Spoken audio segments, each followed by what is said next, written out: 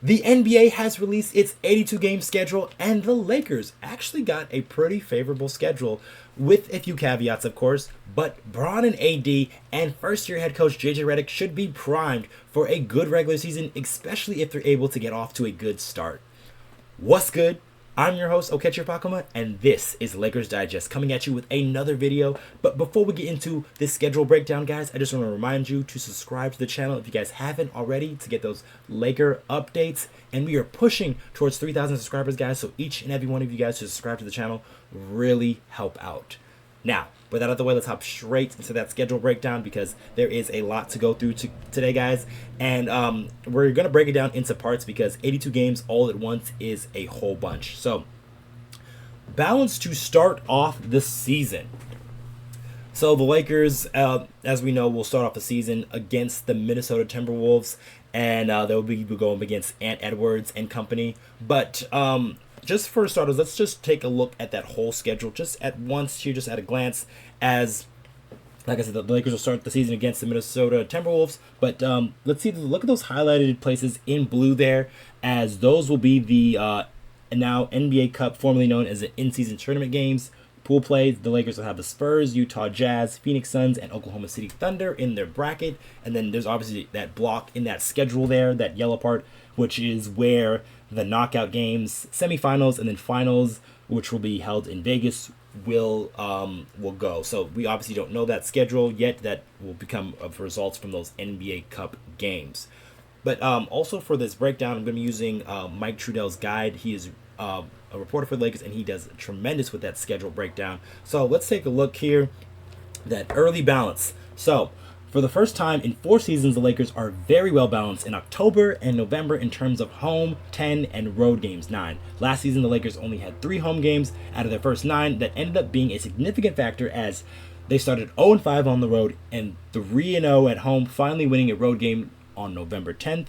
In previous seasons, the Lakers had 12 of their first 15, and then the year before that, they had 10 of their 10 of the first 15 games at Crypto.com Arena.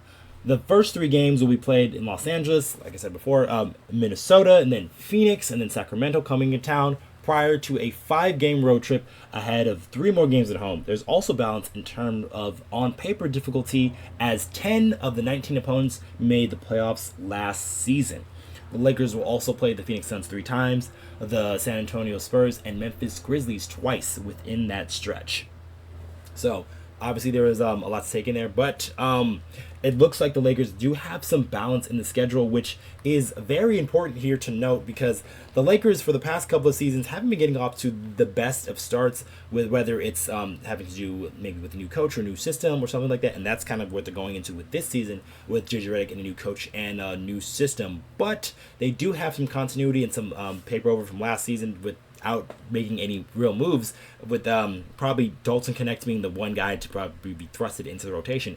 Everybody else is, for the most part, the same, and they kind of know what each other does at this point. So that is going to be a huge sort of like connecting block between the coaching staff and the players, because the players already know who each other are. Now it's just the coaching staff and the players have to connect, and then that's when we're able to possibly hit that ground running for the Lakers. So we'll see how fast the players are able to pick up Redick's system, and then how both parties are able to communicate there. But for the Lakers, luckily they aren't going to get a super extraneous schedule at the start of the season, especially facing 9 non-playoff teams there in that stretch, which is very crucial for the Lakers, especially if they need to stack some of these wins, if they aren't able to get some of these wins against some of the higher level teams. But some of the teams the Lakers are facing, like, this is just a symptom of being the Los Angeles Lakers, as they tend to get those marquee games.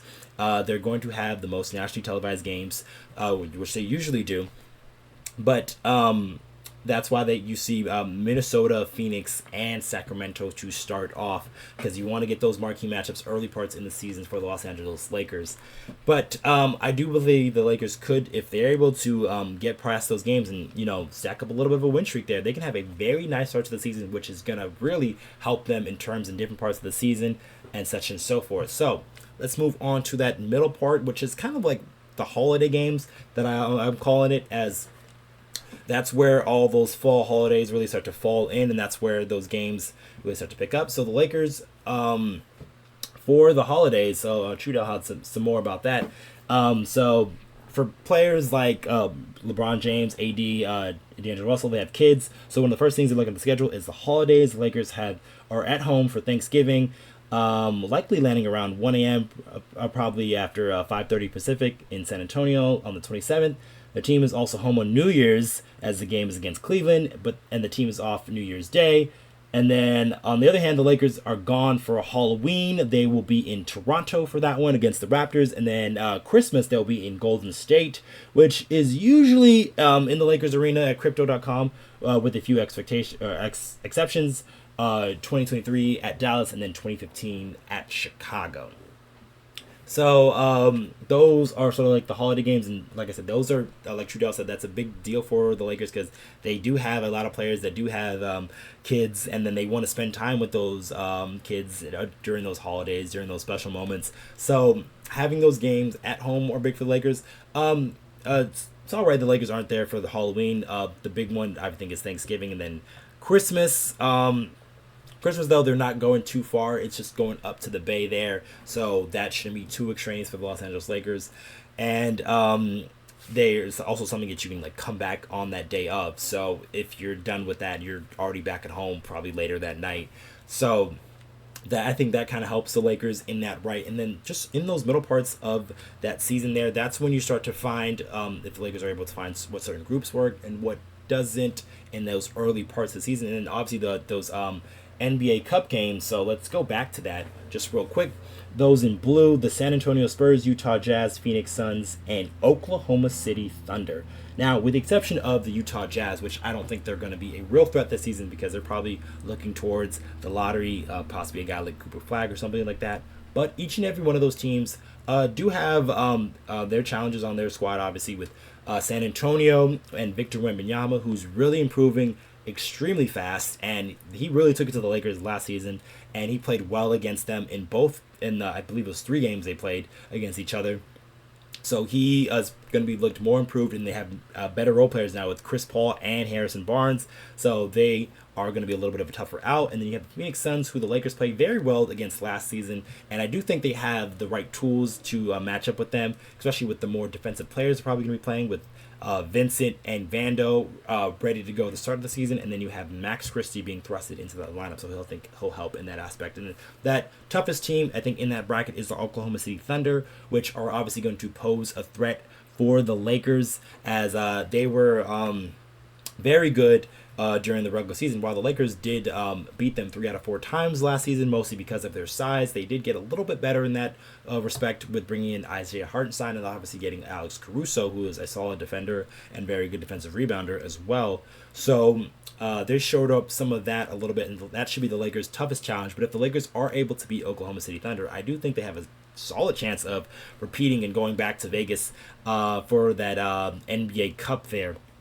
So we'll see how the Lakers obviously are looking at that point of the season. That's going to be a crucial part just to be maintaining because during parts of the season, not the whole team is going to be healthy, so the Lakers are going to have to really be conservative in that part. And then another thing I wanted to bring up is why I said it was kind of favorable for the Lakers is the back-to-backs. So this is kind of like some of the schedule quirks with the Lakers, as the Lakers will go down from 15 to 13 back-to-backs. And 5 of those are back-to-backs are at home, so there's no travel in between them, which is very significant, especially when you have a player like LeBron James entering his 22nd season and somehow still playing at an all-NBA level. And then you have more seasoned vets with like Anthony Davis. So that is a very big thing for the Los Angeles Lakers, and that I think is a massive thing for their schedule, like not having 2 extraneous back-to-backs, because that really hinders a guy like LeBron James, who can still do it at a high level, but can't do it for as long and as much. So those back-to-backs really hurt him. I don't know what the plan is. Generally, LeBron is more of like, if he's healthy, he's going to play those back-to-backs. But if something is ailing, it is more likely that he won't play those back-to-backs. So I think this Laker team is better suited, though, if LeBron sits rather than Anthony Davis, because the Lakers still have some forwards in LeBron's spot, and they still have a guy like D'Angelo Russell who can catch fire at any moment and really uplift that offense. So those less back-to-backs should help the Los Angeles Lakers, and then having them being home back-to-backs are very crucial too, because they're not going anywhere in that portion. But another thing I also wanted to bring up in these like mid-part games is where the Lakers will be doing a jersey retirement ceremony for the one and only Super Cooper, Michael Cooper, as his jersey will go up into the Raptors on January 13th, 2025 next year. And that should be a very special ceremony. I have myself been to Pau Gasol's jersey retirement, and that is a very special thing for the Los Angeles Lakers that they do. They do a very good job with that, and if you've never had the pleasure of being in the arena when that happens, I suggest that you buy tickets for that event, because it is usually a special night for the Lakers. The Lakers will be playing the Wembanyama and the Spurs, so it should be a good game there too. And now we're looking to that part of like that third parts of the season, sort of like that All-Star break-ish, and then the Grammy trip, and then it's the Grammy trip, and then that brutal March that the Lakers will have. So obviously we're getting that balance in the early parts of the season. You're going to have to get it back somewhere, and then that's going to happen in March for the Lakers. But let's start with that Grammys trip for the Lakers, and let's go back to that big board here, and it's there on that second slide there, and it starts in Golden State as they'll go to Charlotte, Philadelphia, Washington, New York, and then come back and obviously play the Clippers, but then in their new stadium in the Intuit Dome in Inglewood. So that will be their longest road trip, and obviously their most miles there, as they're going from Golden State all the way cross country to Charlotte, and then Philadelphia, Washington, New York. So that tends to be the Lakers' longest and toughest road trip, because it's the amount of days and the amount of cities that you're in, and then also there's a back-to-back in there as well. So that also makes things tough for the Lakers. But generally during the Grammy trip, that's usually like an important moment for the Lakers, especially if they're in the trade news or trade talks, which I expect this Laker team will be in that. So if things aren't going awry, or if things are going well at that point, then obviously it's trade talk to try to get a little bit better. So that's going to be a very interesting point for the Lakers in that part of the season. And then I also brought up that brutal March. So this is probably the toughest portion of the Lakers schedule, because since they got that easier part in that first half. But it starts when they play the Clippers early on in that month, and then they'll play the Pelicans, Knicks, and then they'll go on the road against Boston. Brooklyn is probably like the only soft spot there, but you got at Milwaukee, at Denver, then you come home, play Phoenix, and then you play Milwaukee and Denver again.